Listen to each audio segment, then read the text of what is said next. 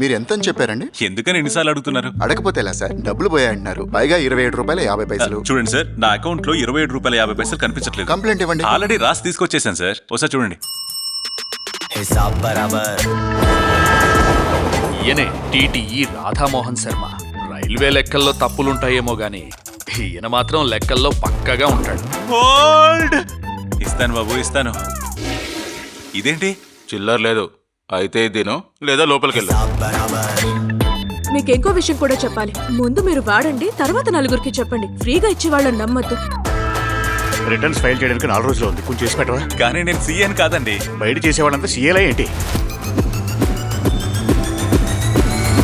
ప్రతి నెల మీకు వచ్చే వడ్డీలో ఎంతో కొంత మాయమవుతూనే ఉంది. మీరు కూడా నాలాగే బ్యాంక్కి వెళ్ళి కంప్లైంట్ ఇవ్వడం మంచిది. నా దగ్గర అంత టైం లేదు. ఇదేదో చాలా పెద్ద స్కామ్ లా అనిపిస్తుంది. అసలు బ్యాంకుల్లో డబ్బు దాచుకునేది ఎవరు తెలుసా? Common man. ఇప్పుడున్న జనం డబ్బుల కన్నా లైక్స్ అండ్ ఇంటర్నెట్ డేటా గురించి ఎక్కువ లెక్కలేసుకుంటున్నారు.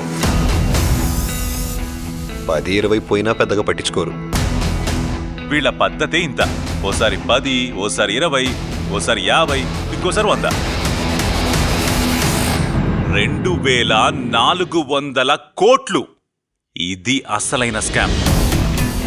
ఎవడో దారిని పోయే దానే వచ్చి పలానా బ్యాంక్ దొంగతనం చేసిందని చెప్పినంత మాత్రాన మేమెళ్ళి ఎంక్వైరీ చేయాలా? ఇదంతా చేస్తుంది నా స్వార్థం కోసం కాదు. ఏదో ఓ 2 రోజుల వడ్డీ ప్రజలకు ఎగ్గొట్టి కొన్ని వేల కోట్లు సంపాదించాను. అందులో తప్పేంటి? ప్రజల దగ్గర దోచుకున్న డబ్బు తిరిగిచ్చేయండి. మీకు మీ యూఎస్పీ ఏంటో తెలుసా? ఎక్కడైతే లెక్క తప్పుగా ఉందో అక్కడే మీ చూపు పడుతుంది. ఇది ప్రజల సొమ్ము, లెక్క నేను తెలుస్తాను. కేసు ఓపెన్ చేయించింది మీరే కాబట్టి దారి కూడా మీరే కనుక్కోవాలి. జైలుకు పంపించారు, ఇల్లు కుల కొట్టారు. ఇప్పుడేంటి నన్ను లేపేస్తారా? అయినా లేపేయడం వాళ్ళకి అలవాటేగా. అకౌంట్లో డబ్బుల్ని.